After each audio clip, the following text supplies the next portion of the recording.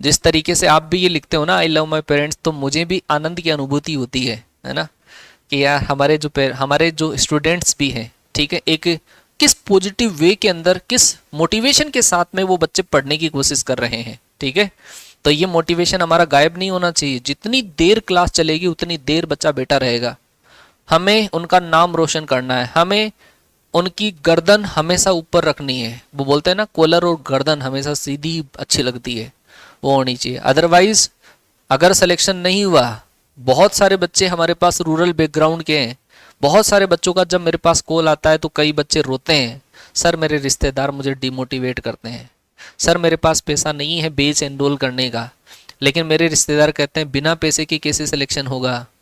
ऐसी ऐसी चीज़ें सर हमारे पेरेंट बोला करते हैं, हमारे पेरेंट्स को बोलते हैं कि इसको कोई काम वाम पे भेज दो, मजदूरी करवा लो, क्या पढ़ा रहे हो ऐसे। आपको एक चीज़ बताऊं, हमारा पहला जो बेच था, उससे पहले वाले बेच में एक बच्ची थी निशा राठौर, कानपुर की शायद वो बच्ची है। उसके पिताजी एक ठेले पे काम किया करते थे और वो बच्ची अपने पिताजी की भी हेल्प किया करती थी, और उसके बाद में भी उस बच्ची का स्कोर अप्रोक्सीमेटली, शायद मुझे कंफर्म तो याद नहीं है, लेकिन 52+ है। ऐसे ऐसे बच्चे कि सर बस मुझे एक ही सपना है, मेरे पिताजी जो संघर्ष सहन कर रहे हैं वो संघर्ष सर मैं नहीं देखना चाहती, मैं मेरी मेहनत से उनको इस लेवल पर पहुंचाऊंगी कि आज उनको वो ज़्यादा संघर्ष सहन नहीं करना पड़े।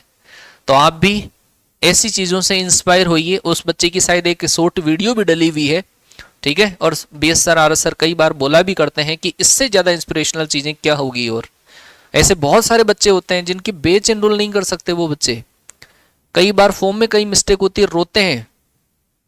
लेकिन वही चीज़ें हैं बेटा कि आप अगर कहीं फेल हो जाते हैं, आपके पेरेंट्स के सामने अगर आप कहोगे तो उनकी आंखों में आंसू तो होंगे, उनका दिल रोएगा, लेकिन वो बताएं किसको? वो अपनी बराबरी वालों को बता सकते हैं। तो तुम्हारे सामने उनके जो आंसू होंगे वो केवल एक स्टेटमेंट की फॉर्म में निकलेंगे, नहीं बेटा तू कर जाएगा, तू कर ले, चल कोई बात नहीं, आगे सब बढ़िया करना, ऐसी चीज़ों के अंदर। बाकी जब वो अकेले में होते हैं तो उनको बहुत टेंशन होती है इस चीज़ की कि काश मेरा बेटा अगर सिलेक्शन ले लिया होता तो ये जो मोहल्ले वाले लोग हैं उनके सामने मैं भी गर्दन उठा के चलता, मैं भी छाती चौड़ी करके चलता, सीना तान के चलता।